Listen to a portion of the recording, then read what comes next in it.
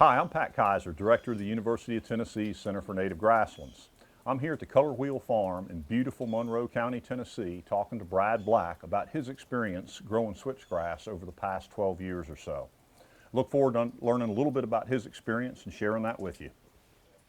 Brad, tell us a little bit about Color Wheel Farm. We've been here since 1820, Good, and yeah, 200 but years you haven't this been year. here that long. No, I feel like it some days, but no, Kim and I, we started in '79 together, my wife, and but I've been here all my life.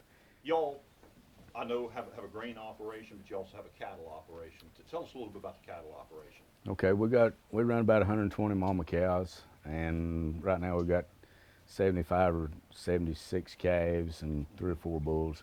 Use artificial insemination for breeding. Well, so y'all been growing switchgrass, as I understand it, for about a dozen years. Tell me a little bit about how you got into that. Well, we originally got into it with Genera Energy with the Biofuels Initiative deal, and just sort of progressed. We had 3 different years of seeding, 3 different contracts with them, and then they came to us and wanted us to keep a little bit in for them to do some more experimenting with, and so we rode that train. And that was 8, 9, 10 along in there? It was about 10, yeah, when they started doing some extra stuff.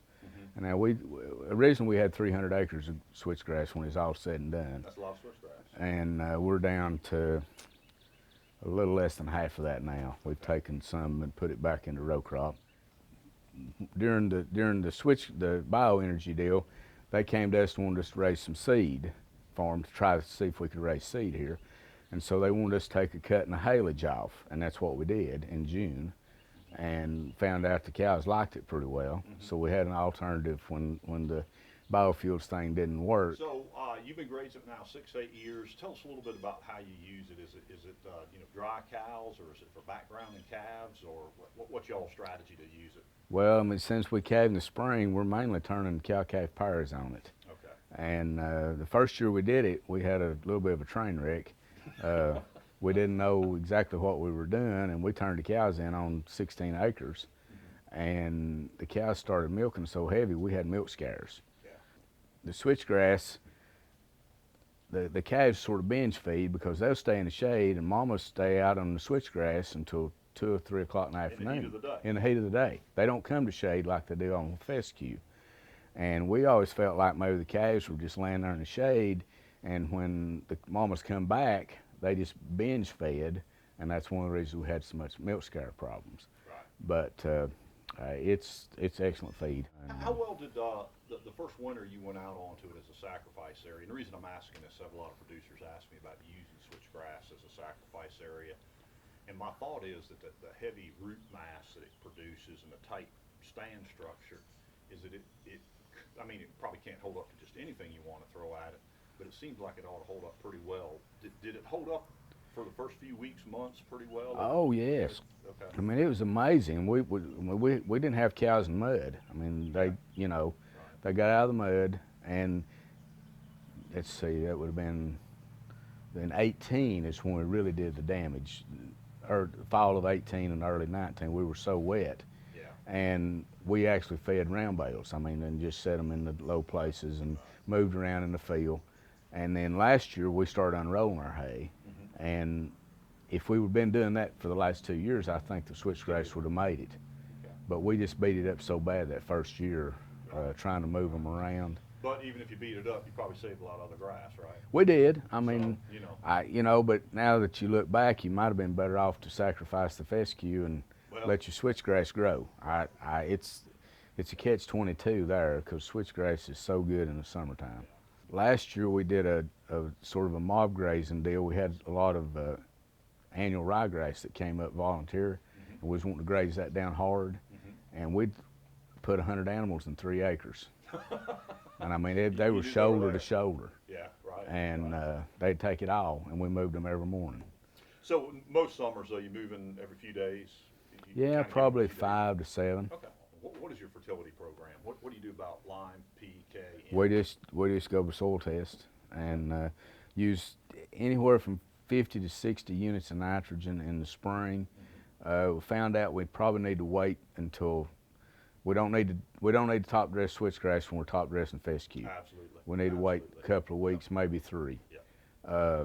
to get better use out of the nitrogen. Right. Now this past year, we actually did a little bit of a trial on 15 acres. Mm-hmm. We sowed a 5-way cover crop into it after we took them off. Winter annual. Winter annuals. Mm-hmm.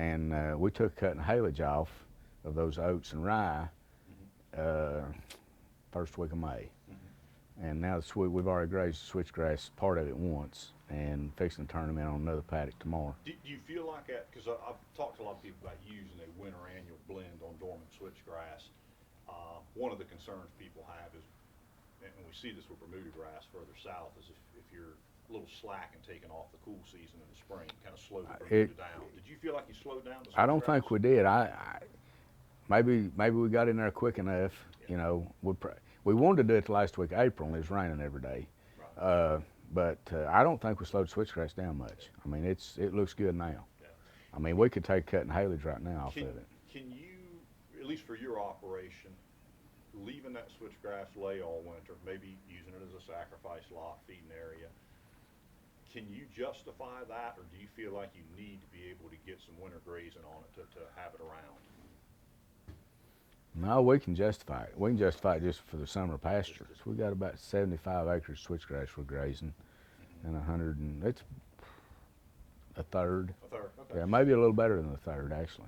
If you had the chance to hit the reset button and adjust those ratios, would you have less switchgrass, more switchgrass, or do you think that's a sweet spot?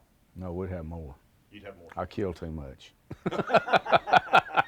I really did. Back We when you should have were left killing 20 more acres in. 20 acres. So, Yeah. so you're thinking maybe 35, 40% would be a good ratio? I think it would work well for us. I know it would work well here. Let me ask you this too, is I've had the thought, I've heard people say that having that warm season annual or perennial gives you a chance to give the cool season, the fescue, better management, more rest. Has that been your experience? Yes. Yeah, you can definitely help your Cool fescues and orchard grasses if you've got some switchgrass to put them on, especially in July and August. Right. It's huge. Actually, we got a real good stand the first time all 3 years.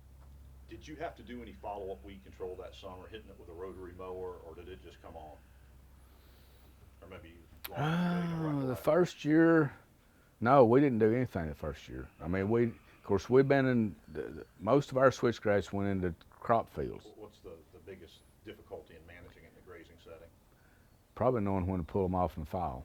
Okay. That's probably our weakest point. We probably graze a little too long. Don't let it get enough regrowth. We were so dry in September, we grazed ours too long. There's no doubt. But we didn't have anything else. Right. We was either graze switchgrass or sell cows. So we would hear a certain amount about puncturing tires. Where you're grazing it or cutting for hay, do you have that problem? No.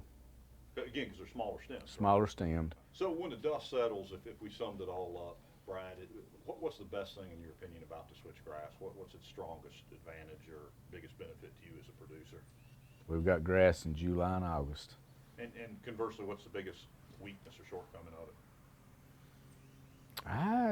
We've not really found a shortcoming. I mean, you've got to manage it, and if you're taking it for haylage, you've got to mow it early. You cannot let it get Can't get waist thin. high, chest high. It's excellent feed for us.